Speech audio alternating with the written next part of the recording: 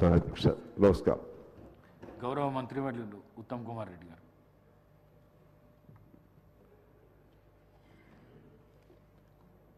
Speaker sir, గౌరవ ముఖ్యమంత్రి గారు ప్రవేశపెట్టిన సంతాప తీర్మానాన్ని సంపూర్ణ మద్దతిస్తూ వారు సూచించిన విధంగా గౌరవ మన్మోహన్ సింగ్ గారికి హైదరాబాద్లో ఒక మంచి మెమోరియల్ విగ్రహం ఏర్పాటు చేయడం కూడా చాలా సముచితంగా ఉందని చెప్పి నేను కూడా భావిస్తున్నాను.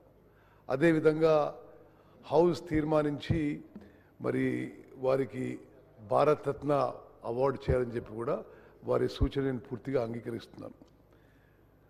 Doctor Manmohan Singh is one of the greatest illustrious sons of India. వారు పుట్టింది ప్రస్తుత పాకిస్తాన్లో ఒక నిరుపేద కుటుంబంలో. వారు అక్కడి నుంచి మరి ప్రస్తుత పంజాబ్కి వచ్చి అక్కడ చండీగఢ్లో మరి ఉన్నత విద్యను అభ్యసించి చాలా రేర్ వారు ఆక్స్ఫర్డ్లో క్యాంబ్రిడ్జ్లో మరి ప్రపంచంలోనే ప్రపంచ ప్రఖ్యాత 2 యూనివర్సిటీస్లో వారు ఉన్నత విద్య అభ్యసించడం కూడా మనందరం గమనించాలి. అదేవిధంగా ఈ దేశంలో ఉన్న ఉన్నత పదవులు చాలా వారు అలంకరించారు. వారు మరి ఫైనాన్స్ సెక్రటరీగా ఉన్నారు గవర్నమెంట్ ఆఫ్ ఇండియాగా, రిజర్వ్ బ్యాంక్ ఆఫ్ ఇండియా గవర్నర్గా ఉన్నారు, ప్లానింగ్ కమిషన్ డిప్యూటీ చైర్మన్గా ఉన్నారు, మరి యూనివర్సిటీ గ్రాంట్స్ కమిషన్ చైర్మన్గా ఉన్నారు, మరి దేశానికి గొప్ప ఆర్థిక మంత్రిగా ఉన్నారు, మరి రాజ్యసభలో లీడర్ ఆఫ్ అపోజిషన్గా ఉన్నారు, మరి 10 ఏళ్ల పాటు మరి భారతదేశానికి ప్రధానమంత్రిగా ఉండి అద్భుతమైన సేవలు అందించిన విషయం కూడా మరి ఈరోజు గుర్తు చేసుకోవాలి. మరి ముఖ్యమంత్రి గారు అన్నట్టుగా ల్యాండ్ అక్విజిషన్ విషయంలో ఒక ల్యాండ్ మార్క్ లెజిస్లేషన్ తీసుకోవడం జరిగింది.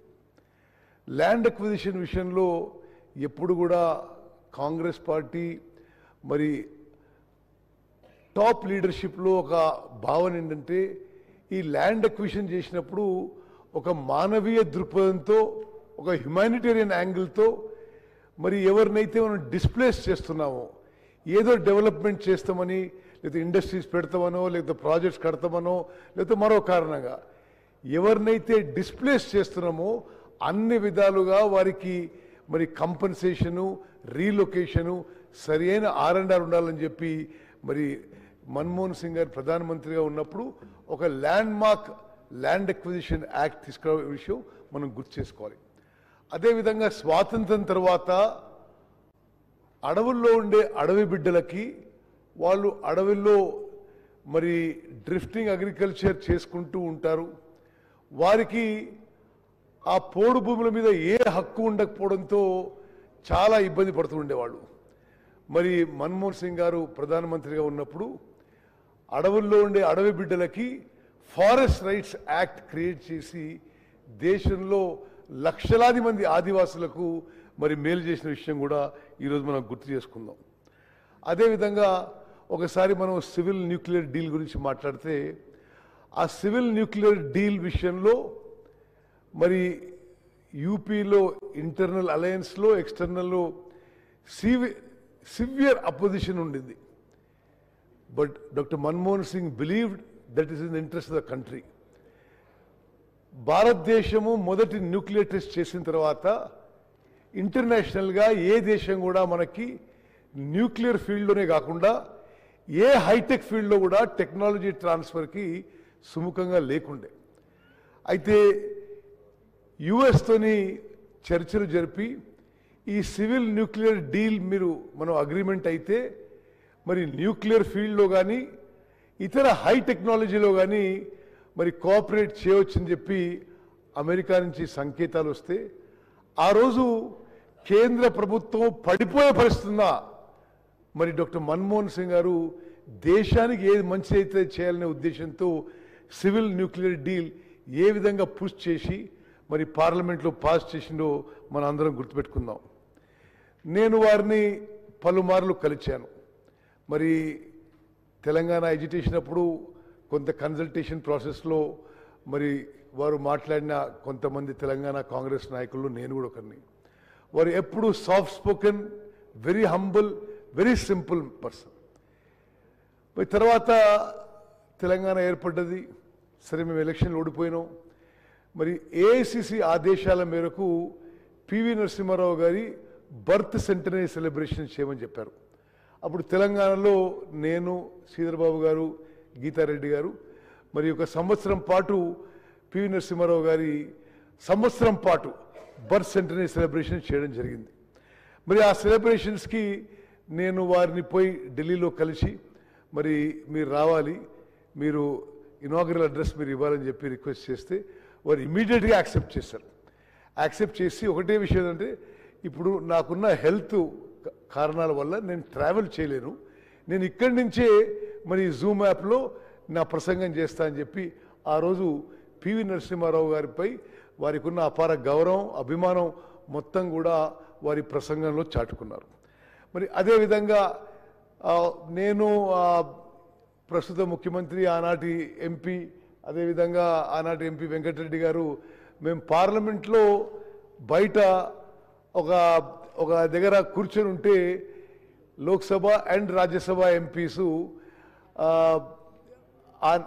బీజేపీ ప్రభుత్వం మీద, కేంద్ర ప్రభుత్వం మీద నిరసన తెలియజేయడానికి మన్మోహన్ సింగ్ గారు 10 ఏళ్ల ప్రధానమంత్రి, ప్రపంచ ప్రఖ్యాత స్టేట్స్మెన్, వారు వచ్చి చాలా సింపుల్గా మా మధ్యలో ఆ నిరసనలో కూర్చున్నారు. నేనంటే వారు 1000 మందిని కలుస్తారు, నన్ను ఎడ గుర్తుపెట్టుకుంటారు అని చెప్పి నేను ఏదో పరిచయం చేసుకునే ప్రయత్నం చేశాను. నేను అంటే ఐఎమ్ సో అండ్ సో, అంటే I know Uttam Reddy PCC president, అంటే చాలా మెల్లిగా, అది అసలు వినపడినట్టుగా వారు మాట్లాడే విధంగా ఉండేది. మరి ఆ విధంగా one of the greatest Sons of India who has made enormous contribution to this country, he is a loss for the country and for the state of Telangana. Loan waiver విషయంలో మనం ఒక నిమిషం మాట్లాడుకోవాలంటే, అంతకు ముందు కానీ ఆ తర్వాత కానీ ఏ కేంద్ర ప్రభుత్వము కూడా మరి రైతులకి రుణమాఫీ చేయలేదని చెప్పి నేను మనం చేస్తున్నాను. మన్మోహన్ సింగ్ గారు ప్రధానమంత్రిగా మొత్తం భారతదేశంలో రైతుల రుణం మొత్తం మాఫీ చేసిన ఘనత వారికి దక్కుతుందని చెప్పి నేను మనం చేస్తున్నాను. అదేవిధంగా వారు తీసుకొచ్చిన కొన్ని హిస్టారిక్ లెజిస్లేషన్స్, ఈరోజు మనం ఉంటాం, రేపు ఇంకోరు ఉంటారు, కానీ చరిత్రలో నిలబడిపోయే లెజిస్లేషన్స్. ఆనాడు సోనియా గాంధీ గారు నేషనల్ అడ్వైజరీ కౌన్సిల్ అని ఒక అడ్వైజరీ కౌన్సిల్కి చైర్పర్సన్గా ఉండి, మరి మన్మోహన్ సింగ్ గారు ప్రధానమంత్రిగా అడ్వైజరీ కౌన్సిల్ మరి ఈ యూపీఏ ప్రభుత్వానికి కొన్ని సజెషన్స్, సూచనలు ఇచ్చేవారు.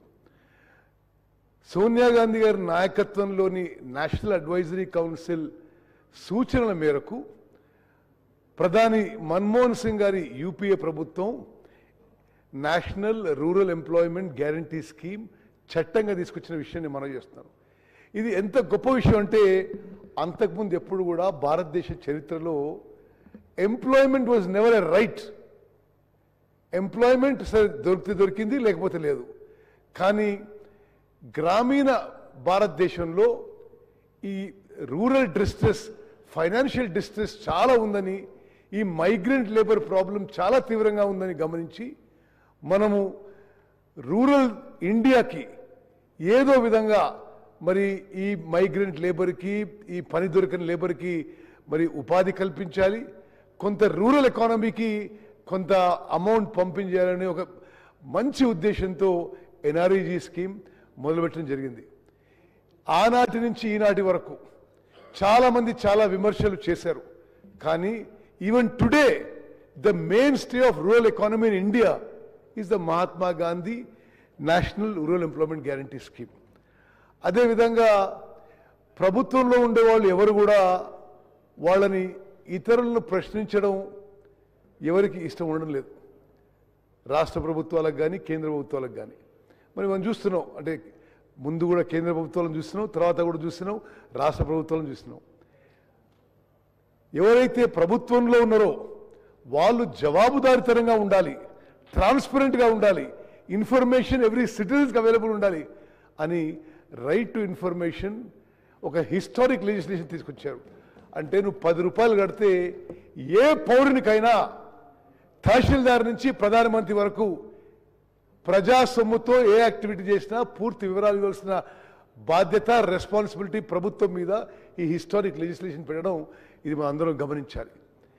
అదేవిధంగా మరి రైట్ టు ఎడ్యుకేషన్, మరి నేను ముందు చెప్పినట్టుగా మన్మోహన్ సింగ్ గారు చాలా పేదరికంలో పుట్టారు. వారి చిన్ననాటి ఎడ్యుకేషన్ కూడా చాలా కష్టంగా అయింది. అయితే ఒకనాడు వారు అన్న మాటలు నేను రిపీట్ చేస్తున్నాను. I read under the dim light of a kerosene lamp.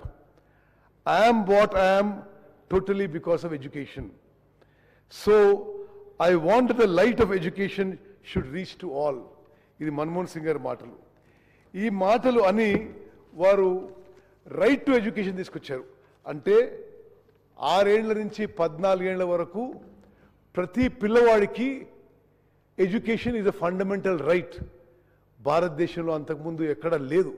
దానికి అనుగుణంగా మరి కేంద్ర ప్రభుత్వాలు కానీ రాష్ట్ర ప్రభుత్వాలు కానీ ఎడ్యుకేషన్ ఇన్ఫ్రాస్ట్రక్చర్ క్రియేట్ చేసి మరి ఇన్ని కిలోమీటర్ల లోపల 6 ఏళ్ల నుంచి 14 ఏళ్ల లోపల ఉండే అందరి పిల్లలకి మరి ఎడ్యుకేషన్ ఈజీగా ఫ్రీగా అందుబాటు ఉండే విధంగా ఈ చారిత్రక చట్టం తీసుకొచ్చిన విషయం కూడా ఈరోజు మనం గుర్తు చేసుకుందాం. అదేవిధంగా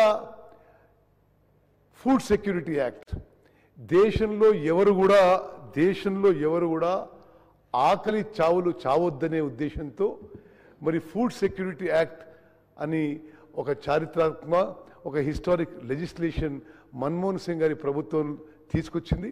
దాని కిందనే ఇప్పటి ప్రభుత్వాలు కూడా మరి తెలంగాణలో కూడా ప్రతి పౌరునికి 6 కిలోల బియ్యం ఉచితంగా ఇవ్వబడుతుందని చెప్పి నేను మనవి చేస్తున్నాను. చివరిగా స్పీకర్ గారు, it is a historic day for the Assembly of Telangana. The person who played a key role, instrumental role in the creation of Telangana, we are all paying tribute to him.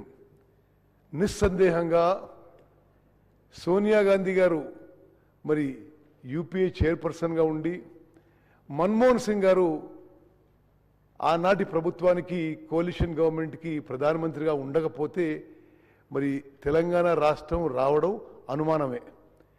వారు ఇరువురు కూడా తెలంగాణ రావడానికి ఏమేమి చేయాలో అన్ని చర్యలు తీసుకున్నారు. ఆ రోజు మరి ఒకటి, కాంగ్రెస్ పార్టీ నష్టపోతుందని అందరికీ తెలుసు. అదేవిధంగా ఒక ప్రాంతం వారు విడిపోయే పెద్ద భాగం ఉన్నవాళ్ళు చాలా తీవ్రంగా దీన్ని వ్యతిరేకిస్తున్నారు. ఎవరేమనుకున్నా సరే మరి తెలంగాణ రాష్ట్రం ఇవ్వాలనే దృఢ సంకల్పంతో సోనియా గాంధీ గారు, మన్మోహన్ సింగ్ గారు ముందుకు పోయినందుకే ఈరోజు తెలంగాణ రాష్ట్రం ఏర్పడదని చెప్పి ఈరోజు శాసనసభలో మనం రికార్డ్ చేసుకోవాలి. ఎందుకంటే ఆ రోజు మనం పరిస్థితి గమనిస్తే కాంగ్రెస్ పార్టీ అధికారంలో ఉంది. లోక్సభలో మరి చాలామంది సభ్యులు దాన్ని వ్యతిరేకిస్తున్నారు. అయినా సరే ఎవరేమనుకున్నా సరే ఇది న్యాయం, ఇది ధర్మం, ఇది చేయాల్సిన పని, ఇది మాట ఇచ్చినామని చెప్పి లోక్సభలో ఈ తీర్మానము, ఈ చట్టం పాస్ చేశారు. అదేవిధంగా రాజ్యసభలో చట్టం పాస్ చేశారు.